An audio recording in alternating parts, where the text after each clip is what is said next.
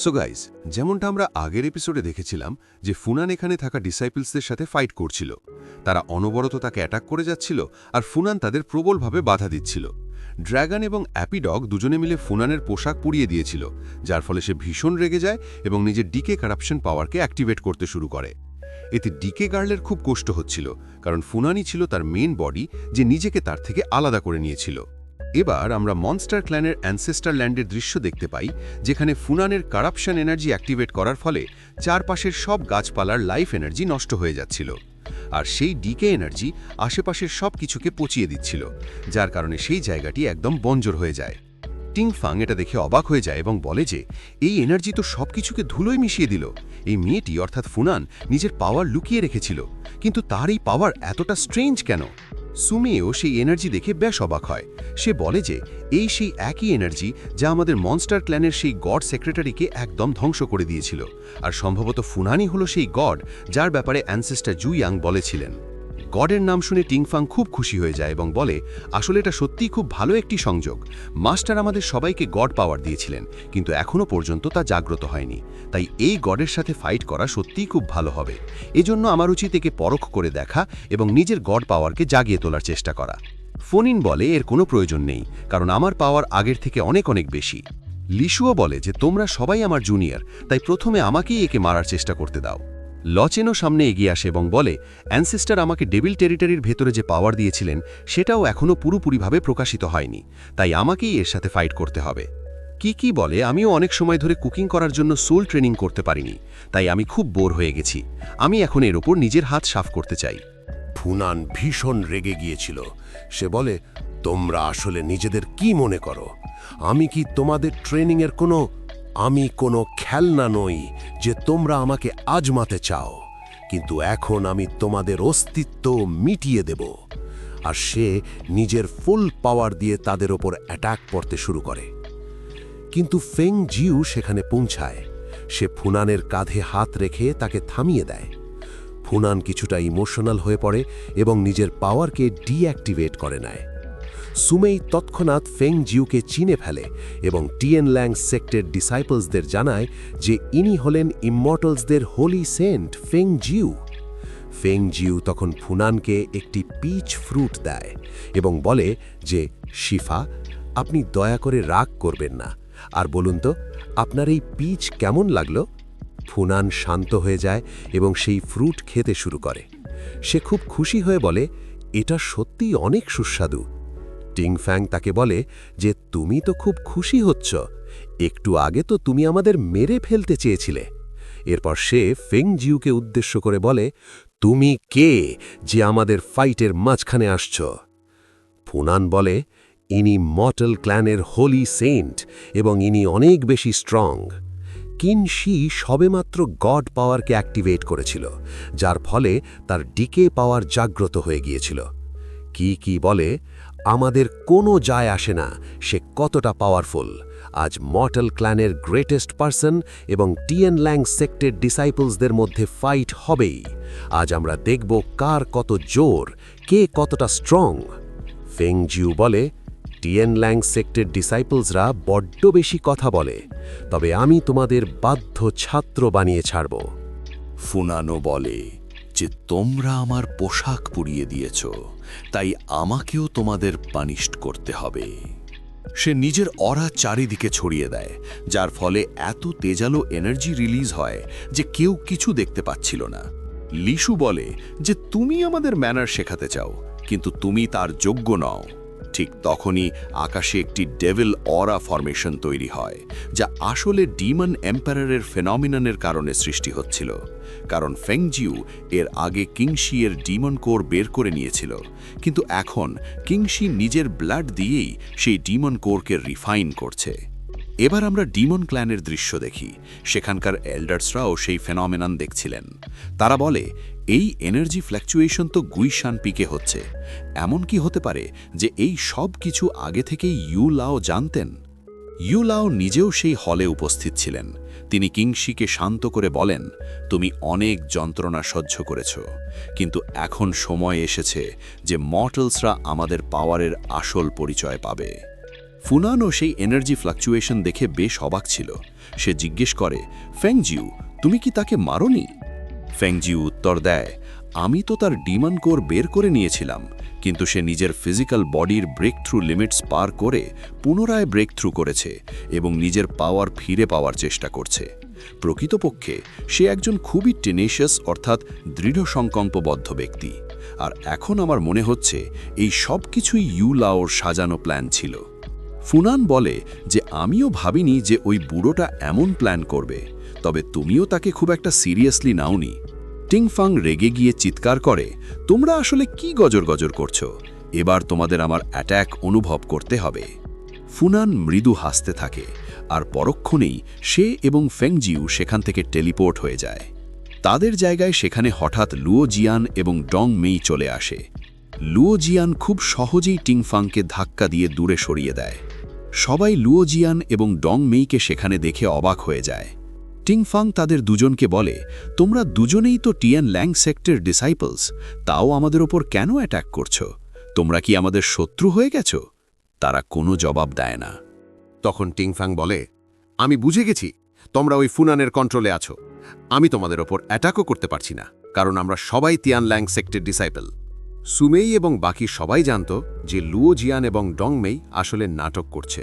সুমেই এই কথাটি তাকে বলতে যাচ্ছিল, কিন্তু পিয়াও তাকে থামিয়ে দেয়। টিংফ্যাং নিজের মনে জেদ জাগিয়ে তোলে, আমাদের মাঝে যতই স্মৃতি থাকুক না কেন, বলেই সে অ্যাট্যাক করার জন্য প্রস্তুত হয়। কিন্তু পরক্ষণেই সে দেখে লুও জিয়ান এবং ডংমেই তার সামনে নেই, কারণ তারা চোখের পলকে বাকি ডিসাইপলসদের কাছে পৌঁছে গিয়েছিল। কংয়ান তখন টিংফ্যাংকে জাপটে ধরে বলে, তুমি একটা আস্ত মূর্খ।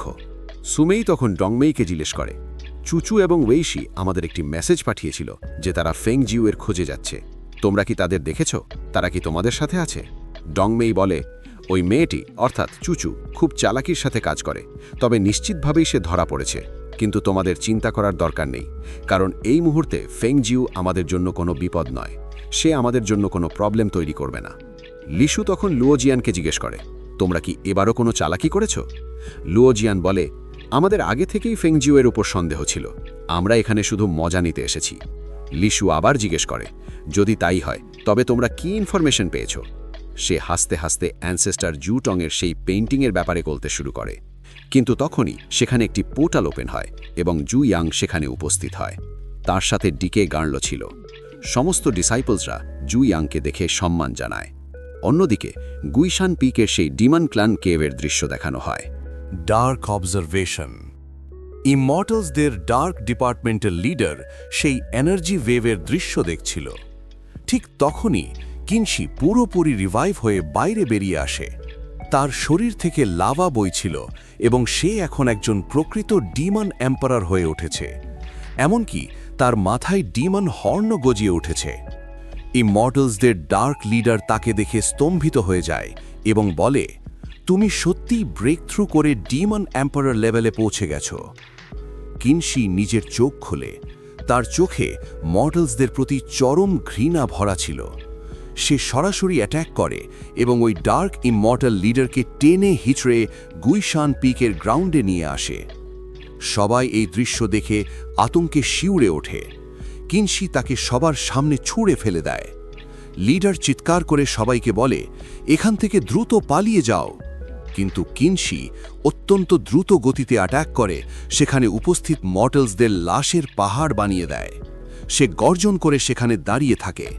তখনই সেখানে মর্টাল ক্ল্যানের জেনারেলসরা চলে আসে এবং নিজেদের সঙ্গীদের নিয়ে তাকে চারদিক থেকে ঘিরে ফেলে। এবার আমরা গুইশান পিকের দৃশ্য দেখতে পাই, যেখানে কিনশি লাশের পাহাড় বানিয়ে দিয়েছে। চারিদিকে ইমর্টালসদের মৃতদেহ ছড়িয়ে ছিটিয়ে পড়েছিল। এমনকি গুইশান পিকের মেইন হলসের সমস্ত এল্ডার এবং ডিসাইপলসদেরও সে মেরে ফেলেছে। সে তাদের পাওয়ার শোষণ করছিল, যার ফলে তার বডি আরও বেশি স্ট্রং হয়ে উঠছিল। ঠিক তখনই সেখানে প্রবল এনার্জি ফ্লাকচুয়েশন হতে শুরু করে। ফেংজিউ এবং ফুনান সেখানে পৌঁছায়। ফেংজিউ নিজের সঙ্গীদের মৃত অবস্থায় দেখে বেশ বিচলিত হয়ে পড়ে। কিনশি তাকে দেখে বলে, আমি অনেক লম্বা সময় ধরে তোমার অপেক্ষা করছিলাম। ফেংজিউ হাসতে হাসতে বলে, তুমি ডেমন এম্পারারের ফাইনাল টেস্ট পার করার জন্য আমাকে ব্যবহার করেছ, কারণ ফাইনাল টেস্ট পাশ করার জন্য কিনশিকে প্রচুর যন্ত্রণার ভেতর দিয়ে যেতে হতো এবং নিজের ফিজিক্যাল বডির সাহায্যে ডেমন কোরকে রিফাইন করতে হতো। ফেংজিউ আরও বলে, কিনশি, তুমি সত্যিই খুব লাকি। কিনশি হাসতে হাসতে বলে, আমার সাথে ইয়ার্কি করো না, এখন আমরা দুজনেই এখানে আছি, তাই খুব তাড়াতাড়ি ঠিক হয়ে যাবে যে আমাদের মধ্যে আসল স্ট্রং কে। ফেংজিউ গর্জন করে বলে, তোমাকে মারার পর আমি তোমার এই বডির পাওয়ারও দখল করে নেব। সে নিজের পাওয়ার অ্যাক্টিভেট করে কিনশির উপর অ্যাট্যাক করে, কিন্তু কিনশি খুব সহজেই সেই অ্যাট্যাক আটকে দেয়। এরপর তাদের দুজনের মধ্যে এক ভয়াবহ ফাইট শুরু হয়।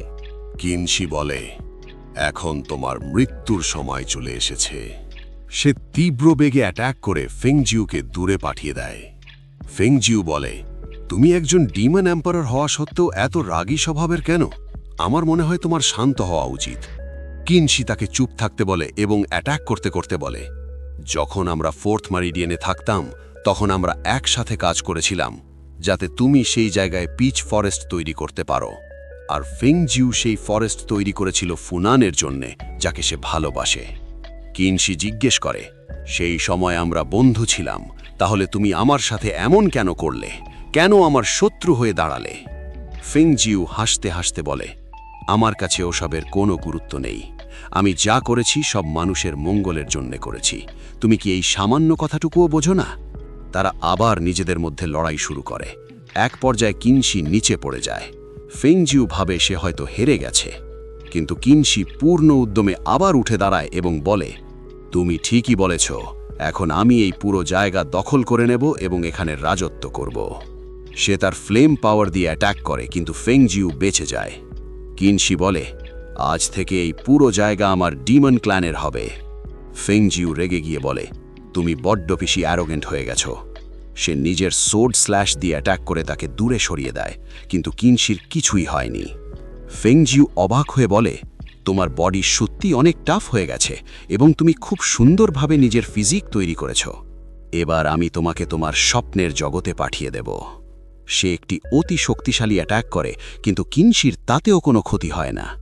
উল্টে কিনশি তার উপর ডেভিল স্ট্রাইক দিয়ে অ্যাট্যাক করে, যার আঘাতে ফেংজিউ জখম হয় এবং তার মুখ দিয়ে ব্লাড আসতে শুরু করে। ফুনান এটা দেখে ভীষণ দুশ্চিন্তায় পড়ে যায়। কিনশি তাকে বলে, তোমার কি এর উপর দয়া হচ্ছে? খুব শীঘ্রই তোমাকে এর মৃত্যুর জন্য শোক পালন করতে হবে।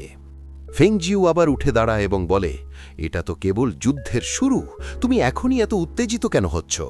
ফুনান মনে মনে বলে, কিনশি নিজের বডির সাথে ব্লাডকে মার্জ করে ফেলেছে, যার ফলে তার ফিজিক্যাল স্ট্রেংথ এখন অনেক বেশি স্ট্রং। ফেংজিউ, তুমি সত্যি কিনশিকে অনেক কম গুরুত্ব দিয়েছ। কিনশি এখন ফেংজিওর ওপর ভারী হতে শুরু করে, যা ফুনান আর সহ্য করতে পারছিল না। সে বলে, এখন আমাকে এই ফাইটের মাঝখানে হস্তক্ষেপ করতেই হবে। সে নিজের পাওয়ার অ্যাক্টিভেট করার চেষ্টা করে, কিন্তু পারে না। সে অবাক হয়ে উপলব্ধি করে যে তার সেকেন্ডারি বডি অর্থাৎ ডিকে গার্লো এই মেরিডিয়ানে চলে এসেছে। অন্যদিকে মনস্টার ক্ল্যানের অ্যানসেস্টার ল্যান্ডের দৃশ্য দেখানো হয়, যেখানে জু ইয়ান উপস্থিত ছিল। তার উপস্থিতির কারণে সেই বঞ্জর জায়গাটি আবার আগের মতোই সবুজ ও সতেজ হয়ে উঠেছে। সুমে জানায় যে এই মুহূর্তে ইমমর্টাল এবং ডেমন ক্ল্যানের মধ্যে যুদ্ধ চলছে। আগে এদের বন্ধুত্ব খুব গভীর ছিল এবং এরা দীর্ঘ সময় ধরে একসাথে থাকত।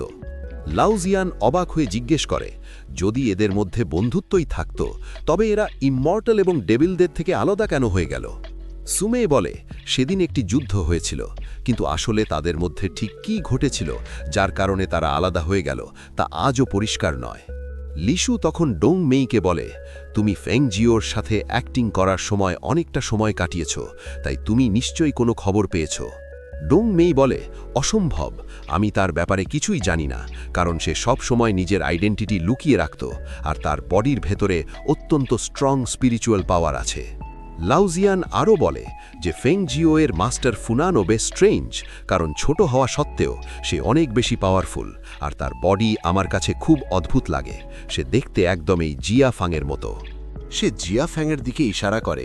সবাই জিয়া ফ্যাংয়ের দিকে এক দৃষ্টে তাকিয়ে থাকে, যার ফলে সে অস্বস্তিতে পড়ে যায় এবং বলে, ওই মেয়েটা আমার মতো কিভাবে হতে পারে? পিয়াও বলে, আমি এখন বুঝতে পারছি তোমাকে দেখতে মানুষের মতো হলেও তুমি আসলে কোনো মানুষ নও। জিয়াফ্যাং তখন বলে, তোমাকে কে বলল যে আমি মানুষ নই? আমারও কনসাসনেস আছে এবং আমিও ঠিক তোমাদের মতোই শ্বাস নিই। টিংফাং আক্ষেপ করে বলে, ডেমান, ইমমর্টাল এবং মনস্টার্সদের ব্যাটল আর ডিকে মাউন্টেনের মতো ইন্টারেস্টিং জিনিসগুলো আমি মিস করে গেলাম। এই সব কিছুই বেশ রোমাঞ্চকর ছিল। সে তখন জুইয়াংয়ের কাছে যায় এবং বলে, আপনি পরের বার আমাকেও নিজের সাথে নিয়ে চলবেন। কিন্তু সে কাছে আসতেই জুইয়াং নিজের এনার্জির সাহায্যে একটি বালুন তৈরি করে তাকে বন্দি করে দূরে পাঠিয়ে দেয়। সবাই এটা দেখে হাসতে শুরু করে, কিন্তু কং ইয়ান তার জন্য চিন্তিত ছিল, তাই সে তাকে বাঁচাতে তার পিছু পিছু যায়। পিয়াও বেশ জোশের সাথে বলে, ফুনান কত পাওয়ারফুল তাতে আমাদের কিচ্ছু যায় না। আমরা তার সাথে ফাইট করেছি এবং আমরা আবারও তার সাথে ফাইট করার জন্য প্রস্তুত আছি। কৃষিও ফাইট করার জন্য তৈরি ছিল। লুয়াওজিয়ান বলে, আপনাদের দুজনের এত তাড়াহুড়ো করার কোনো প্রয়োজন নেই। এরপর সে জুইয়াংকে জানায় যে আমরা ফেংজিউয়ের কাছেই ইমমর্টাল জুথুংয়ের একটি পেইন্টিং পেয়েছি, আর সেটা তার সিক্রেট ওয়্যারহাউসে লুকানো ছিল। জুইয়াং এটা শুনে অবাক হয়ে যায়। বার্নিং ক্রো চমকে গিয়ে বলে, এখানে জুটংয়ের পেন্টিং কিভাবে থাকতে পারে? ডংমেই বলে, আমার জানা মতে সেক্ট মাস্টার এখানে নেই, তিনি বাইরে গেছেন, আর সবসময় তাকে কোনো না কোনো শত্রুর মোকাবিলা করতে হতো। অবশ্যই ফেংজিও তাদের মধ্যে একজন হবে। বার্নিং ক্রো বলে, এই দুনিয়ায় এমন অনেক লোক আছে যারা ইমমর্টাল জুটংকে ঘৃণা করে। হয়তো তারাই এই পেইন্টিংস বাইরে ঝুলিয়ে রেখেছে, যাতে তারা নিজেদের প্রতিশোধের কথা ভুলে না যায়। জুইয়াং বুঝতে পেরেছিল যে লো জি ইয়ান এখনও তাকে পুরো সত্যটা বলেনি, তাই সে বলে, আমাকে পুরো বিষয়টা পরিষ্কার করে বলো। তখন লো জি ইয়ান বলে, ওই ফেংজিও নিজেকে টিয়ান লিং সেক্টের ওনার বলে দাবি করেছে। সবাই এটা শুনে স্তম্ভিত হয়ে যায় এবং তাদের খুব রাগ হয়। টিংফাং বলে, তার এত বড় সাহস, সে ভীষণ অ্যারোগেন্ট, আমি তাকে নিজের হাতে উচিত শিক্ষা দেব। কং ইয়ান বলে, আমি তাকে আমার পয়জনে পুড়িয়ে শেষ করে দেব। কুইং ই বলে, তার আসলে মতলব কি যে সে আমাদের টিয়ান লিং সেক্টের ওনার হতে চায়? জুইয়াং তখন বলে, মাস্টার এবং ফেংজিওর মধ্যে নিশ্চয়ই কিছু একটা ঘটেছে।